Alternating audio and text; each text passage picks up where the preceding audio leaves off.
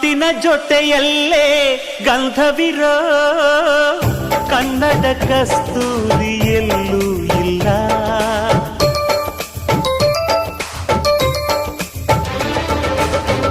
ಊರಿನ ಹೆಸರಲ್ಲೇ ಕರುಣೆ ಇರೋ ಕರುಣೆಯ ಕರುನಾಡು ಎಲ್ಲೂ ಇಲ್ಲ.